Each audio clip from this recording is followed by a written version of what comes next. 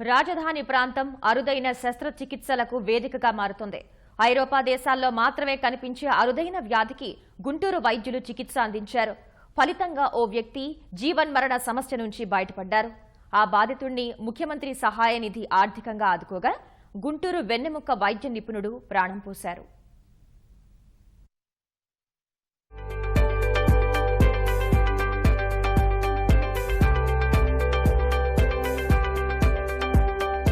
వంగిపోయిన నడుముతో నడవలేక నడుస్తున్న నాగుపల్లి సత్యనారాయణది గుంటూరు జిల్లా మంగళగిరి.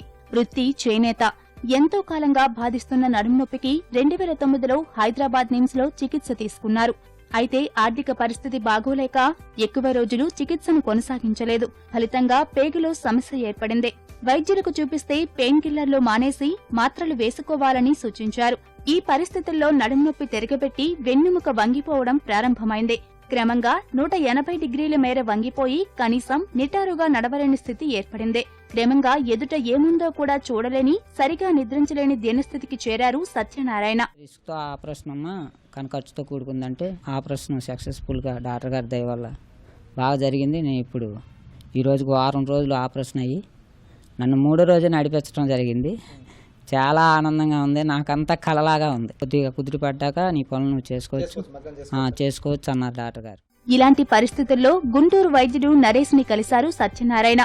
బాధితుడిని పరిశీలించిన ఆయన యాంకలోజింగ్ స్పాండలైటిస్ వచ్చినట్లు తేల్చారు. స్ప్రింగ్ లా ఉండాల్సిన వెన్నెముక 180 డిగ్రీల కోణానికి వచ్చిందని గుర్తించారు. దీన్నే వైద్య పరిభాషలో బ్యాంబూ స్పైన్ గా పిలుస్తారని వివరించారు.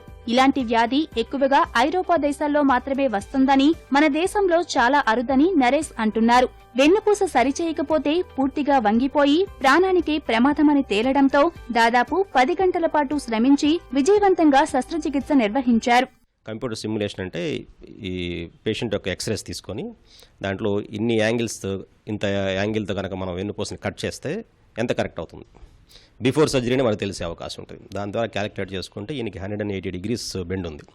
ఈ 180 విండ్స్ నుంచి మనం 60 డిగ్రీస్ లెవెల్కు L3 వర్టిబ్రాలో ఆస్టియాటమీ చేసి మళ్ళీ వెన్నుపూసని స్ట్రైట్గా ఫిక్స్ చేసి మళ్ళీ స్క్రూస్ వేసి చేయడం జరుగుతుంది. సో న్యూరో మానిటరింగ్ టెక్నాలజీ ఏంటంటే ఆపరేషన్ చేసే టైం మొత్తం కూడా ఈ తల దగ్గర నుంచి కరెంట్ స్టిమ్యులేషన్ పెట్టుకొని ఫుట్ దగ్గర నుంచి పికప్ చేస్తుంటాం.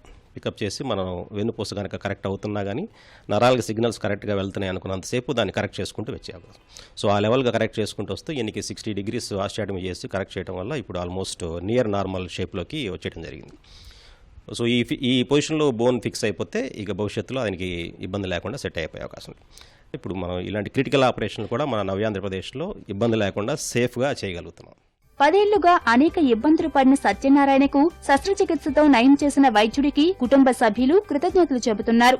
ఆర్థిక స్థితి సహకరించకపోవడంతో చంద్రబాబును కలిసి గోడు విన్నవిస్తే సీఎం సహాయ నిధి నుంచి 3 లక్షలు మంజూరు చేశారని సత్యనారాయణ భార్య చెబుతున్నారు. ఇంతకుముందు నడతానికి కూడా కొంచెం ఇబ్బంది పడేవాడు. ఏదైనా ఫుడ్ తీసుకోవాలన్నా కూడా ఇబ్బంది పడేవాడు. ఒంగోలు నడవడం వలన ఆవేశం వచ్చేసేది, గుండె ఫాస్ట్ కొట్టుకునేది, చాలా రకాలుగా ఇబ్బంది పడ్డాను. సీఎం సహాయ నిధి కింద ఇచ్చారు ఆపరేషన్ ఖర్చుకి. దాన్ని బట్టి సార్ చేశారు. చాలా సంతోషంగా ఉంది. నా కుటుంబాన్ని ఆదుకున్నందుకు సీఎం సార్కి నమస్కారం చెప్తున్నాను. గతంలో ఇలాంటి శస్త్రచికిత్సల నిర్వహణ కేవలం మెట్రో నగరాలకే పరిమితమయ్యేది. అత్యాధునిక సాంకేతిక పరిజ్ఞానంతో గుంటూరు లాంటి నగరాల్లోనూ నిర్వహణ సులువైందని వైద్యులు చెబుతున్నారు.